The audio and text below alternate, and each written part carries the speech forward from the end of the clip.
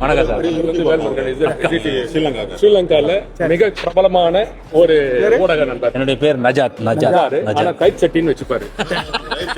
Channel பேர் tight Shetty. நன்றி. இலங்கை மக்களுக்காக உங்களுடைய கருத்து, இலங்கை தமிழர்களுக்காக. இலங்கை தமிழர் வந்து பாத்தீங்கன்னா இங்க இருந்து இங்க சென்றவங்க எல்லாம் புலம்பெயர்ந்த தமிழர்கள் எல்லாரும் உலகம் ஃபுல்லா பாத்தீங்கன்னா அவங்க வந்து அகதிகள்னு சொல்லுவாங்க. ஆனா இந்தியாவில் குறிப்பா தமிழ்நாட்டில் வந்து புலம்பெயர்ந்த தமிழர் சொல்லி பேரை வச்சு அவருடைய வாழ்வாதாரத்தை உயர்த்தப்பட வேண்டும் என்ற உணர்வின் அடிப்படையில் உலகம் ஃபுல்லா வந்தவங்க எந்த இடத்துலையும் வந்து ஒரு சொந்த நாட்டில் இருக்க ஒரு மாநிலத்தோட்டு மாநிலத்தில் வந்தாலும் அகதிகள் தான். ஆனா இங்கிருந்து புலம்பெயர்ந்தவர்கள் பிழைப்புக்காக பல குணத்துல கல்விக்கும் பல குணத்துல இலங்கைக்கு சென்றவர்கள் அங்கேயே குடியிருந்தது. இங்கே ஏற்பட்ட உள்நாட்டு கலவரத்தில் மீண்டும் தமிழகத்துக்கு வந்தவங்க அந்த போரில் வந்தவங்களுக்கு பார்த்தீங்கன்னாக்கா மாதம் 1500 ரூபா, குடும்ப தலைவருக்கு 1500 ரூபா, குடும்பத்தினுடைய அடுத்த மெம்பர் இருக்காங்களே அவங்களுக்கு 1000 ரூபா, சின்ன பிள்ளை 8 வயசு பிள்ளைங்களுக்கு 500 ரூபா, 8 வயசு உள்ள பிள்ளைங்களுக்கு 500 ரூபா மாதம் பணக்கொடையா மாண்புமிகு தமிழக முதல்வர் அண்ணன் தளபதி அவர்கள் உத்தரவிட்டு கொடுக்கப்பட்டிருக்கு. அது மட்டும் இல்லாம அவங்களுக்கு ஏறக்குறைய பார்த்தீங்கன்னா அவங்க இருக்கக்கூடிய புலம்பெயர்ந்த தமிழர்கள் 33,000 பேர் தனியாக இருக்காங்க. அந்த 33,000 பேர் யாரானாக்கா முழுக்க வந்து பார்த்தீங்கன்னா அவங்க வெல்டு எல்லாம் அவங்க சொந்தக்காரங்களா இருக்க இடத்துல தாங்கிறாங்க. மீதி இருக்கக்கூடிய 59,560 பேர் 59,500 பேரும் நம்முடைய அரசுடைய நேரடி பார்வையில் அரசுடைய மானியத்தை பெற்று இன்றைக்கு அவங்க இருந்துகிட்டு இருக்காங்க. அதில் 19,225 குடும்பங்கள் இன்னைக்கு இருந்துட்டு இருக்காங்க. அந்த 19,225 குடும்பங்களுக்கும் மாண்புமிகு தமிழக முதல்வர் இந்த பணக்கொடை கொடுக்குறாங்க. இந்த பணக்கொடை மட்டும் கொடுக்கறது மட்டும் இல்லாமல் அவங்களுக்கு வருடத்திற்கு ஒரு முறை வந்து பார்த்தீங்கன்னா 19 கோடியே 60 லட்சத்தில் அவங்களுக்கு பார்த்தீங்கன்னா அவங்களுக்கு உடுப்பு, அவங்க குடும்பம் பேர் அத்தனை பேருக்கும் குடும்ப தலைவர்லேருந்து அத்தனை பேருக்கும் உடுப்பு கொடுக்குறாங்க. அந்த உடுப்பு மட்டும் இல்லாமல் 5 விதமான 8 பாத்திரங்கள் வருஷத்துக்கு ஒரு முறை ரெடி கொடுத்துக்கிட்டு இருக்காங்க. அது வந்து பார்த்தீங்கன்னாக்கா 4 கோடியே 90 லட்சம்.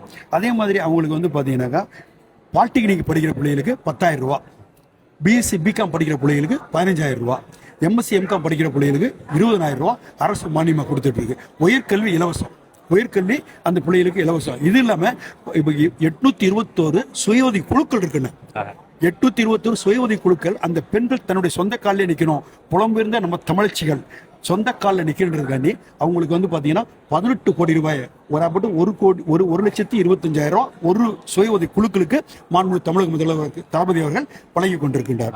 அது மட்டும் இல்லாமல் அவங்களுக்கு இல்லங்க இருக்கக்கூடிய 105 முகாம் தமிழகம் முழுவதும் இருக்கக்கூடிய அந்த 19,252 குடும்பத்துக்கு பார்த்தீங்கன்னாக்கா இருக்கக்கூடிய முகாம் வந்து 103 முகாம், 105 முகாம். அந்த 105 முகாம்ல 20 முகாம்ல அவங்களுக்கு பள்ளி கல்வி ஐடிஐ அதுபடி தொழிற்கல்வி கற்று தரதுக்கு அவங்களுக்கு வந்து அந்த இது ஆரம்பிச்சிருக்காங்க. அதை ஆரம்பிச்சு அதில் படிச்சிருக்க பிள்ளைங்க நம்ம இலங்கை தமிழ் பிள்ளைங்க அங்கே படிச்சுட்டு இருக்கு. அது மட்டும் இல்லை அவங்களுக்குலாம் வீடு, ஒவ்வொருத்தருக்கும் வீடு, அப்படி வீடு இல்லாதவங்க யாரும் கிடையாது. யாரு இலங்கை தமிழர்கள் அத்தனை பேருக்கு வந்து வீடு வந்து ஒவ்வொருத்தருக்கும் வந்து மாண்புமிகு தமிழகம் வந்து 480 கோடியை ஒதுக்கி தந்து அதை மட்டும் பார்த்தீங்கன்னா 2 செஷன்ஸ்ல தனிப்பட்ட முறையில் ஒதுக்கி அவங்களுக்கு வீடுகள் கட்டி கொடுத்து வீடுகளை வந்து பகுதியாக நாங்கள் பிரித்து கொடுத்துக்கிட்டே இருக்கும். ஒவ்வொருத்தரும் அதை பற்றி வித் ரெஸ்ட் ரூமோட சேர்ந்து உலகத்தில் எந்தையும் பார்த்தீங்கன்னா அகதின்னு சொன்னாங்க.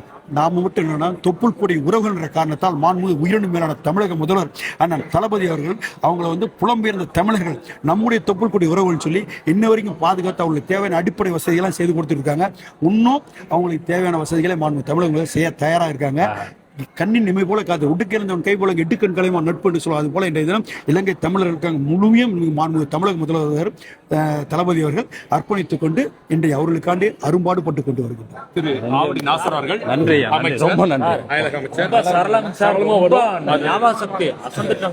அதாவது உண்மைத்தன்மை இத நான் லண்டன் போயிருந்தப்போ என்ன ஒரு நண்பர் கேட்டார், இதே மாதிரி வர சொல்ல இப்போ இதே மாதிரி ஆக்சிடென்ட் நம்ம சந்திக்கிறேன் இல்லையா. இவர் வந்து சென்னையில் நம்ம மினிஸ்டர் என்ஆர்டி மினிஸ்டர் இருக்காரு.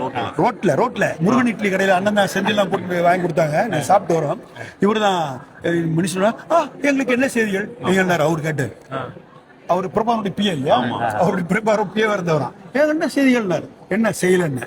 அப்போ சொன்ன எங்களுக்கு பாஸ்போர்ட் இல்லை, அப்புறம் எங்களுக்கு ஓட்டுரிமை இல்லை, இது ரெண்டும் மத்திய அரசு செய்யணும். எங்களுக்கு மாநில அரசுடைய ரைட்ஸ் கிடையாது, மத்திய அரசு எங்களுடைய ரைட்ஸ் நான் சொல்றேன் கேட்டுங்க. அப்படி இவ்வளோத்தையும் சொல்லிட்டு என்ன பண்ணேன், இதை நான் சொல்றது அத்தனையும் போய் நீங்க என்ன பண்ணு கூகுள்ல தட்டி பாருங்க, கூகுள்ல தட்டினா எல்லாமே வரும்.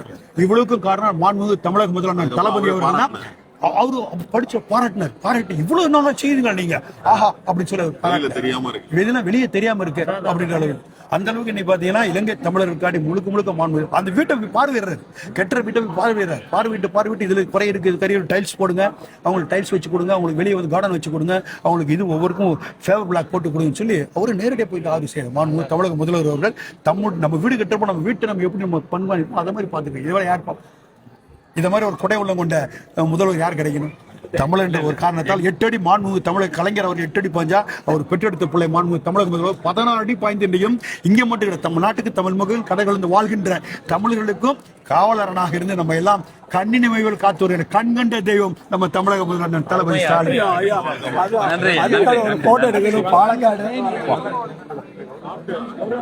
ஒரு கொஸ்டின் தான் கேட்டேன், ஆனா அதுக்கான பதில் பல அப்படியே போயிட்டே இருந்துச்சு. எப்போ அவர் நிறுத்துவார் அப்படின்ற அளவுக்கு அந்த அளவுக்கு இலங்கை தமிழர்களுக்காக இலங்கை மக்களுக்காக அவர் செய்த சேவைகள் அத்தனையும் சொல்லியிருந்தார்.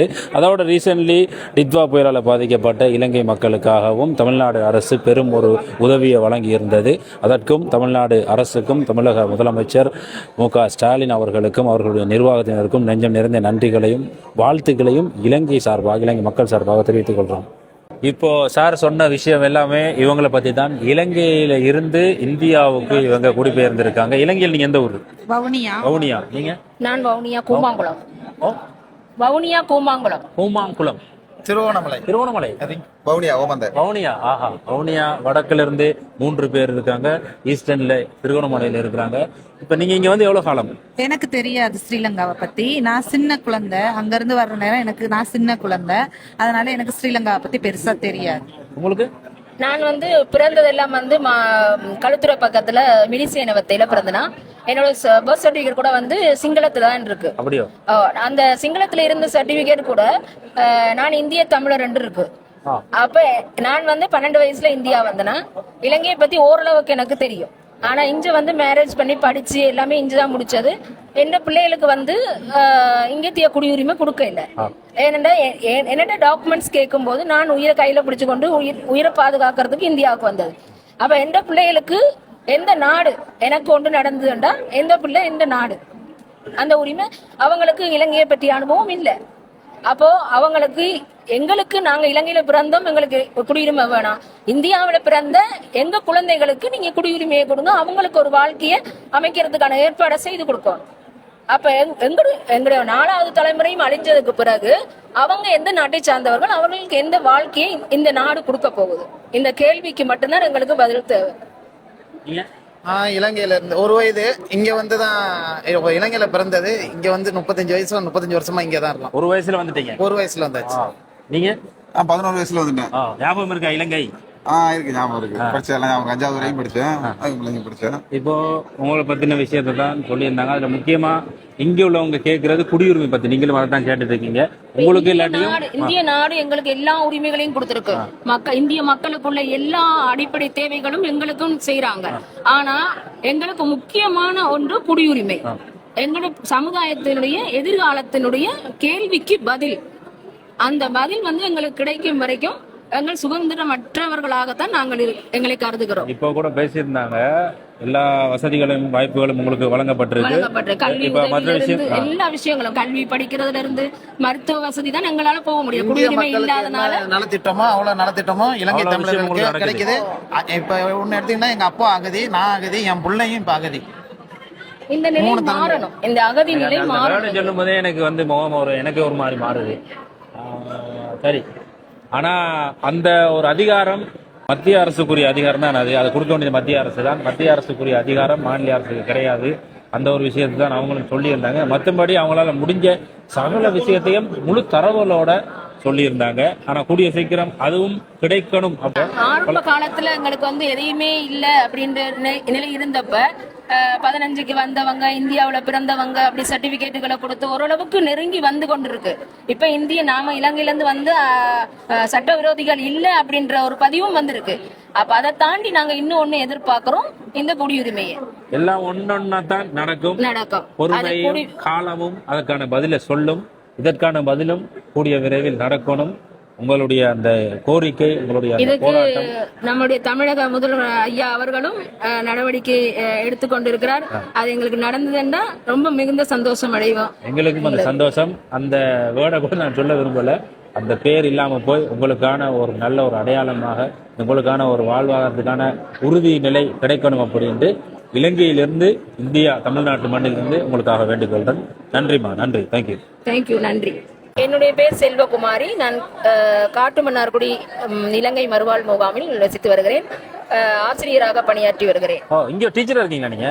பிரைவேட் ஸ்கூல்ல ஒரு 20 வருஷமா ஒர்க் பண்ணேன். இப்ப உடம்பு சரியில்லாத வீட்டுல டியூஷன் சென்டர் வச்சு நடத்தி கொண்டிருக்கேன். நீங்க? என்னுடைய பெயர் நளினி. நான் கடலூர் மாவட்டம் காட்டுமன்னார் கோயில் இலங்கை மறுவாழ்வு முகாமில் வசித்து வருகிறேன். நான் முகாம் நலப்பணியாளராக இருக்கிறேன். தற்போது சேவை செய்து கொண்டிருக்கிறேன். என்னுடைய பேர் சுமன். கடலூர் மாவட்டம் காட்டுமாடி இலங்கை தமிழர் முகாம்ல முகாம் தலைவரா, அங்க இருக்க 300 பேருக்கு தலைவரா இருக்கிறேன்.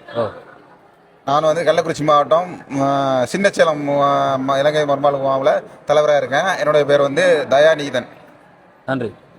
பார்த்தோன்னே கண்டுபிடிச்சிட்டேன். தேங்க்யூ. எனக்கு இங்கே நிகழ்வுள்ள நிறைய பேர் நான் சந்திச்சிருந்தேன். நிறைய தமிழ்நாட்டு உறவுகளாக இருக்கலாம், விசேடமானவர்களாக இருக்கலாம், அதிகாரத்தில் இருக்கிறவர்களாக இருக்கலாம், பிரபலங்களாக இருக்கலாம். ஆனால் எனக்கு சந்தோஷம் வந்து உங்களை சந்திச்சது. நம்மளுடைய உறவுகள் இங்கே இருக்கிற விஷயங்கள் அதை சந்திச்சது, அதோட உங்களுடைய குரலை என்னுடைய காணொலி வழியாக வெளிப்படுத்துறது எனக்கு ஒரு மகிழ்ச்சி, ஒரு திருப்தி. அது கூடிய சீக்கிரம் நல்ல ஒரு பதில், நல்ல ஒரு பரிசு, நல்ல ஒரு அங்கீகாரம் கிடைக்கும். முதல்வர் ஐயா அவர்களுக்கு எங்கள் முகாம் அனைவரின் சார்பாக, அனைத்து முகாம் சார்பாகவும், எங்களுடைய மாணவர்கள் சார்பாகவும் நன்றியினை தெரிவித்துக் கொள்கிறேன். நன்றி. தேங்க்யூ.